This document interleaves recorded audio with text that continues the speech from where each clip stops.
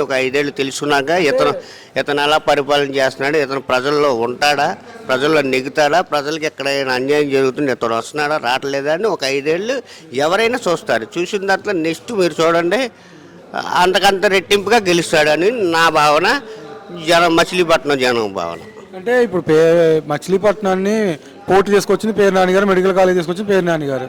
అయినా కూడా ఎందుకు నమ్మట్లేదు ప్రజలు అంటున్నారు. ప్రజలు నమ్ముతారు సార్. ప్రజలు ఎందుకు నమ్మరు? మీరు ఇంటింటికి వెళ్ళి అడిగితే నమ్ముతారు. ఓట్లు తీరులో కాపాడలేదు కదా. ఇప్పుడు చెప్పే కదా సార్, ఇప్పుడు అవకాశం రావాలంటే స్థానికంగా ఇప్పుడు 2 లక్షల మంది జనాభాని మనోడు చూస్తాడా చూడ్డా అని చెప్పి జనం కూడా ఆలోచిస్తారు కదా సార్.